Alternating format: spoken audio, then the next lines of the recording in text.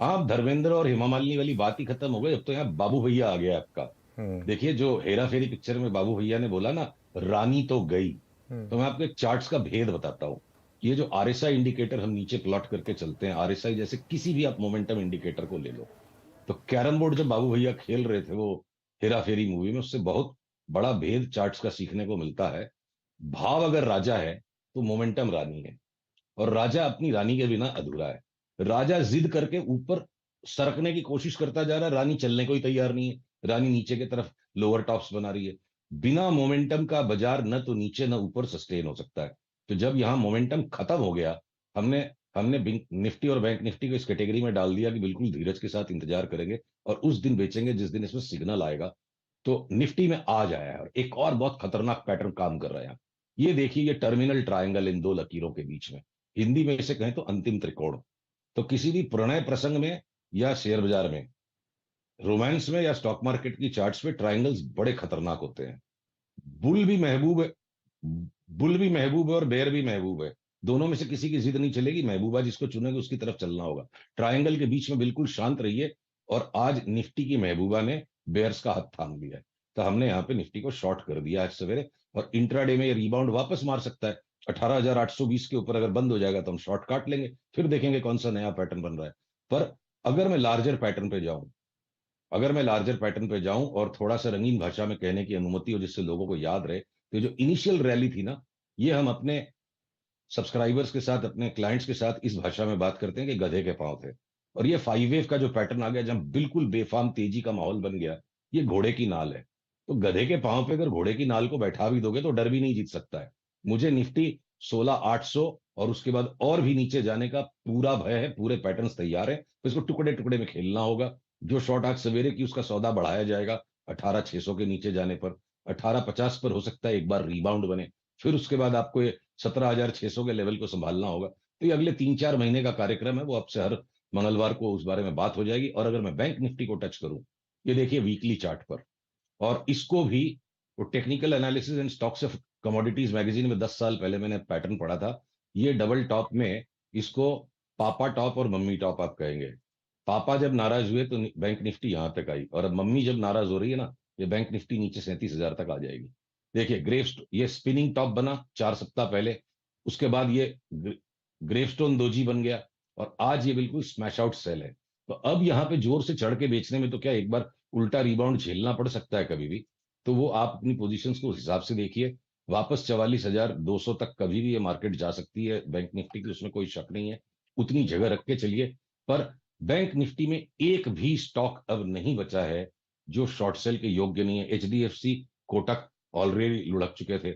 जो भी जो भी थोड़ी सी मस्ती एक्सिस बैंक और इंडसइंड कर रहे थे, उनमें स्ट्रॉन्ग सेल सिग्नल आ गया। एसबीआई ऑलरेडी लुढ़का पड़ा है, आईसीआईसीआई लुढ़क गया। बैंक निफ्टी को बचाएगा कौन? तो जो बाबू भैया ने कहा ना, रानी तो गई, तो बैंक निफ्टी की रानी तो गई। अब यहाँ पे मैं किसी भी हालत में तेजी का सौदा खोजूंगा नहीं। स्टॉप लॉस कटेगा तो कटेगा, हम बार बार इसको हर रिबाउंड में बेचने का ही प्रयत्न करेंगे। आप बाकी भी लार्जर निफ्टी में देखो, ये मारुति है, टीवीएस है, डीएलएफ है, इवन इंडियन होटल जैसा स्टॉक जो दोनों इंडेक्स में नहीं है, ये सब 25-25, 30-30% घटने के लिए तैयार है। तो बहुत ज्यादा सेफ मार्केट ऊपर तक आता चला गया था। इंडिविजुअल स्टॉक्स में बड़े करेक्शन आएंगे, इंडेक्स एक एवरेज उसमें न्यूनतम आएगा। और एक देखिए बहुत बड़ी बात, जिसके बिना ना, ये देखिए रुपी डॉलर की चार्ट को आप देखिए। मैं रुपए की ऐसी चार्ट को देख के इंडेक्स पे तेजी करूं तो कैसे करूं?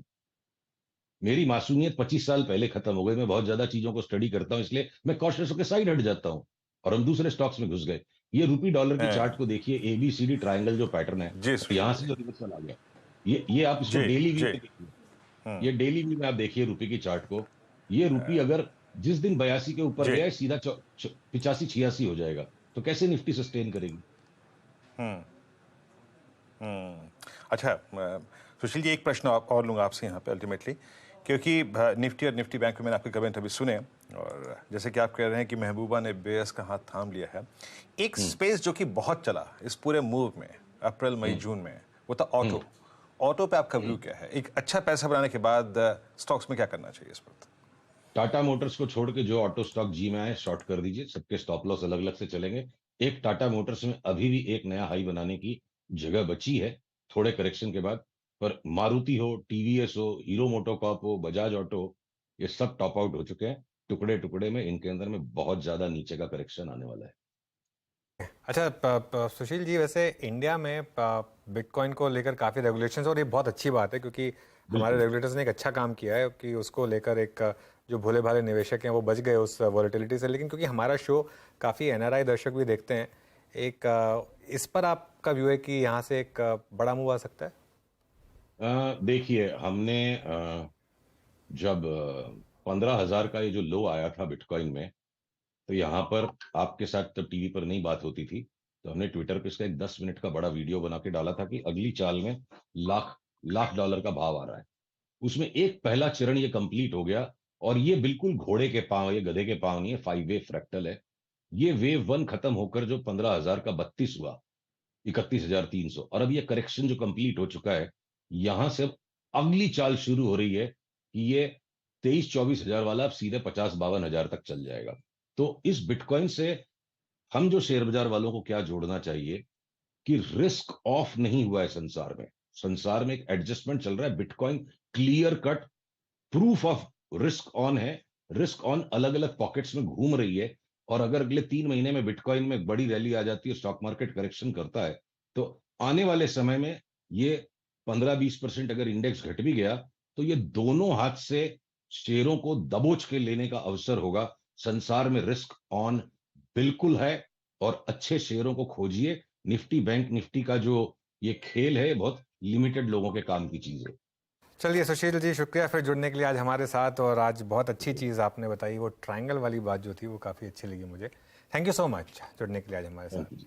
चलिए नीरज जी, सॉरी थोड़ा 1 मिनट हम ओवर कर गए आपके शो में, लेकिन मार्केट डे लो पर 78 पॉइंट नीचे, और बैंक निफ्टी अब पिछले वीक के लो को तोड़ रहा है। 43,397 वो लो था उसके नीचे, और ये क्लियरली मॉनसून कंसर्न्स है मार्केट में। ये हमने पिछले हफ्ते डिस्कस किया था कि ये एक आई ऑन द स्काई